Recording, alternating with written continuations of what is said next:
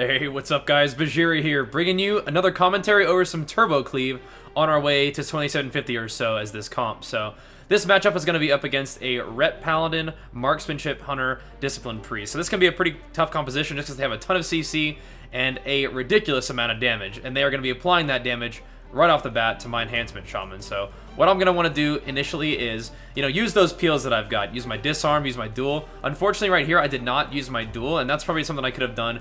Disarming the Hunter, dueling the Ret would have been a fine move there, because the Hunter really needs his weapon to do any sort of damage, and the Ret can do a little bit of damage even without his weapon. So I think that would have been a good call there. Fortunately, I'm able to land a Fear on both of the DPS, which sits pretty close to full, so my Shaman's able to get some of his health back.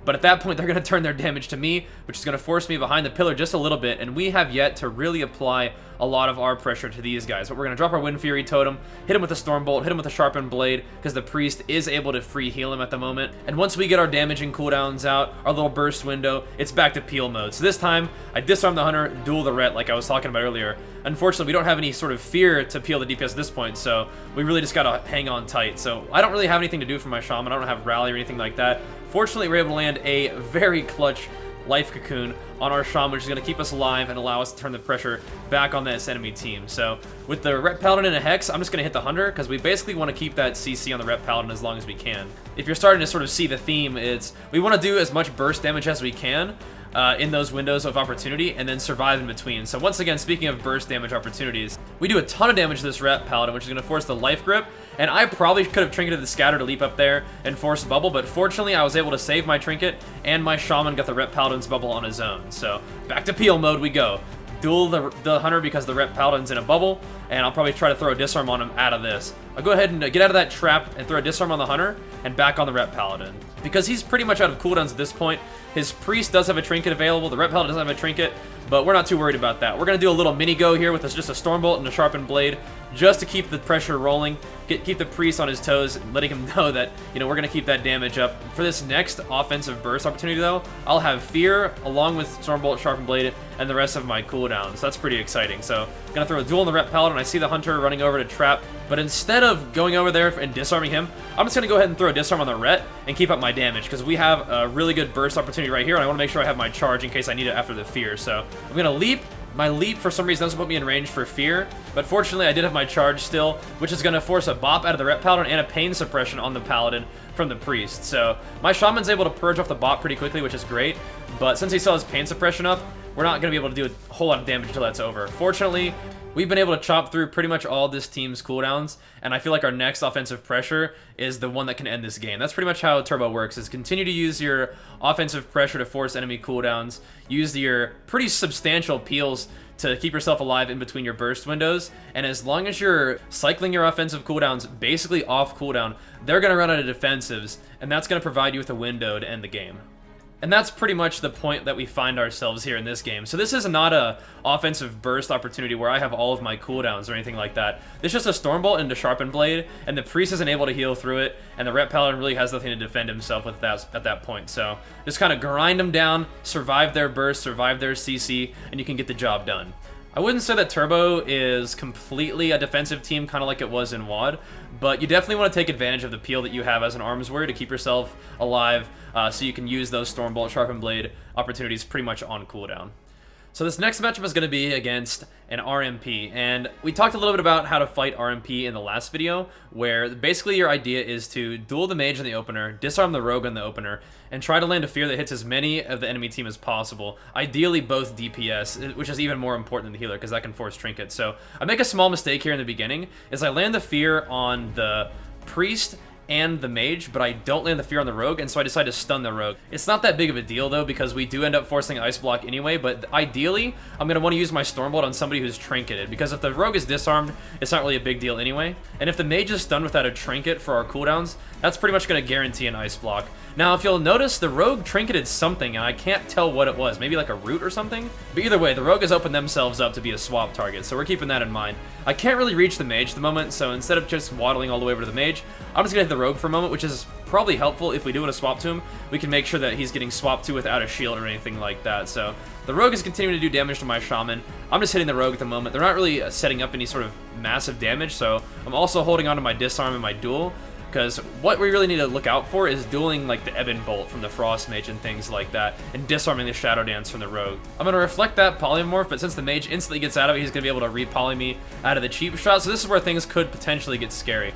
This is the last Polymorph on me, and I think this is going to be where they're setting up. So I see the Ebon Bolt being cast, and I'm going to duel the Ebon Bolt, and instead of just disarming the Rogue, I'm going to go ahead and stun him and set up the swap we've been waiting for. A leg sweep following up my Stormbolt by our Monk means that Rogue is going to be stuck there taking infinite damage and just gets rocked without any CC on the Priest. To be fair, we did land a sap on the Priest, but Sharpened Blade basically acted as its own CC there, denying 50% of the heals that were coming in and acted as a big CC on the Priest on its own. This next matchup is up against another Rep Paladin Marksmanship Hunter Discipline Priest, and our strategy is going to be very similar to what we talked about earlier.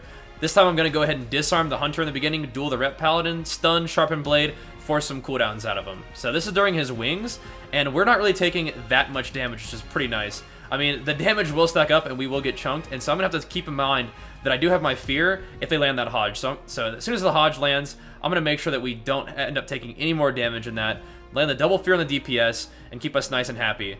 This is another chance for us to turn our damage around on them. I have my duel, I have my disarm once again, Stormbolt, and Sharpened Blade, so we're pretty much ready to go.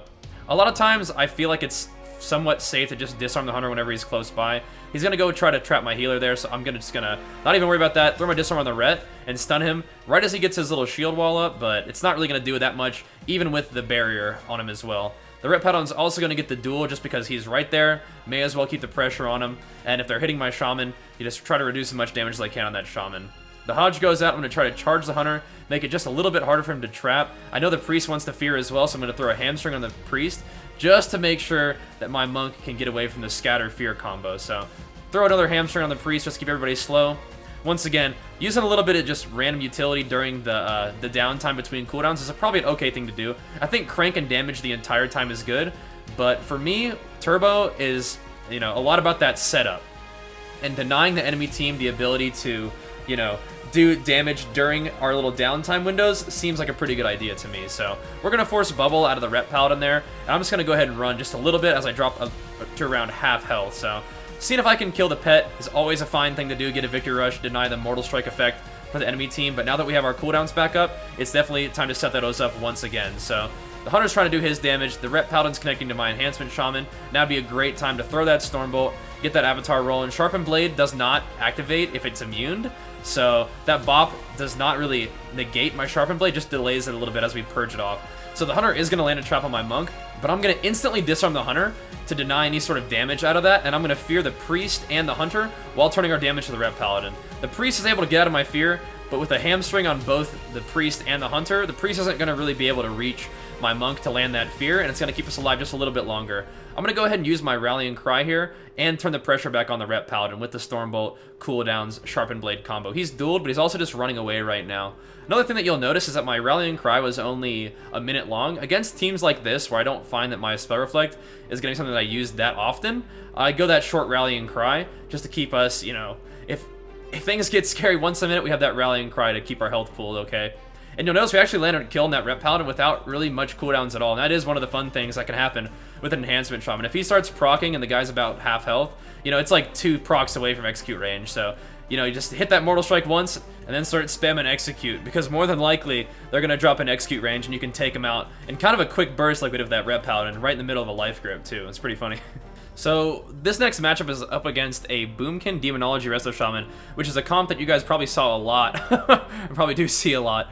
And our objective in this one is pretty much to put pressure on the Shaman, not necessarily always train the Shaman, but our kill target is most likely going to be their healer. So we get a lot of cooldowns out of them. They throw Fell Lord, they throw Earthen Shield. So I'm just going to fear the Shaman on that and hit the lock a little bit. This is also going to give us a chance to try to mitigate their damage a little bit. But right out of the fear, once again, we're going to go back to the Shaman. I'm going to get Cycloned here. And one of the things that I could have done is play Adaptation against this. The only reason I don't really go Adaptation a lot is because I don't want to get Adaptation procced by a Hex Totem. That's kind of annoying. So instead of Adaptation, just go ahead and use the Trinket. And since I used my Human Trinket earlier on a stun, just went ahead and had to eat those full clones. But it's okay because we have our cooldowns rolling back pretty soon. And as long as we do a fairly good job of keeping that Shaman under pressure and denying the damage from the enemy team, we're going to win this one pretty soon because the Shaman is out of cooldown. So I'm going to go ahead and Rallying Cry, pop my defensive parry, and Sharpened Blade that Shaman right into the graveyard. So that was kind of a little bit of a surprising burst there at the end, but it shows you the power of if you can try to keep these dot comps on their back foot by swapping pressure around pretty often and definitely swapping that pressure to their healer, you can turn what may have been a long drawn-out loss into a pretty quick win. And we're going to see the application of something close to that strategy in this matchup against the same team. So they probably know that we want to go Shaman, but we're still going to look for that opportunity. I'm going to get cloned instantly, trinket that, get my stun, Sharpened Blade combo out. I'm going to Bladestorm the Fel Lord and the Infernal Stun, cancel my Bladestorm to land that kick, and in that lockout, we're just going to take the Shaman down. So a pretty quick game. They're probably not all going to go like that, but you got to be grateful for the ones that you can pretty much just win in the opener there. And doing the amount of damage that we do, if everything lines up nicely, sometimes we can definitely catch the enemy team off guard. So this is kind of a scary game up against a comp that got nerfed, but still can pose a threat, which is Holy Paladin Assassination Rogue Fire Mage. So once again, we see the sap on my Shaman, which makes me think they're going to open up pretty soon. Gonna throw up a Reflect in case I was getting polyed in the beginning. I was not getting polyed though, and I probably could have waited on that Fear to catch the Paladin as well. Fortunately, we're able to catch the Rogue in a Hex out of that, and we get the Trinket out of the Mage. So with that Trinket down, I'm going to open up my pressure on the Mage, but since he's gotten bopped already, he's pretty much safe, even though we did get them to use a few cooldowns there in the beginning. Instantly, they're going to turn this pressure around. I'm going to disarm the Rogue, duel the Mage, and actually apply some pressure to the enemy team's Holy Paladin. Since he has to be in melee range and attack us to heal his team, it's fine if we attack him back and deny some of the healing, at least only on him. Unfortunately, I do get polyed here, and I'm pretty much just forced to watch the action, and I get Dragon's Breath out of the Polymorph. So fortunately, the Mage does not land that sheep on our Monk here, but unfortunately, I get Nova'd inside a casted Ring of Frost just as I go for the Stormbolt on the Rogue, so I really can't contribute too much to our counter pressure attempt. I duel the Mage, kick his Polymorph, but I'm still just chilling inside this ring, really with no way to get out of it. Finally, I'm able to get a little bit of opportunity to do some damage, but the main thing that I want to do here is definitely try to peel for my team, like I mentioned before. We sometimes can do pretty consistent pressure, even without our offensive cooldowns, but the main time we're actually going to be landing kills is during those burst windows. A beautiful triple leg sweep by our Monk allows us to get the evasion out of the Rogue, but it's not too long before I get peeled with a Polymorph once again, and they're going to be able to turn the pressure back on us. I'm rooted on the opposite side of the box, and my Monk is in a full Hodge right now, so I don't have duel, I don't have disarm, but what I do have is a big triple fear for the entire enemy team that they're all going to have to sit, allowing us to recover, and denying melee wings healing for the Paladin for a short period of time. See, the Rogue is in a Hex. I want to keep him in combat with her Heroic Throw, denying him the re-stealth, but furthermore, we're also just going to hit this guy, because once again, we've got our Stormbolt. I decided to Trinket this Polymorph, which probably could have been avoided. Probably could have just waited for the Dispel, especially because the Rogue got sacked anyway. Even though I reflected the Repoly, that probably wasn't worth, and it may even come back to bite us very, very shortly. Similar to how we try to coordinate our CC and burst as a full team, so do these guys. And as they're all moving in, I'm going to go ahead and do the patented duel the Mage, disarm the Rogue combo. But unfortunately, even though my Monk is able to get out of Polymorph, ends up eating a full Hodge, I'm unable to stop the ring because the Mage blinks it. Fortunately, I'm still able to land the stun on the Rogue and slightly outrange, do my damage from right outside of the ring. But as I finish the Rogue and step back, I end up stepping into the ring, which makes me unable to rally and cry and leaves us in a long 2v2 scenario.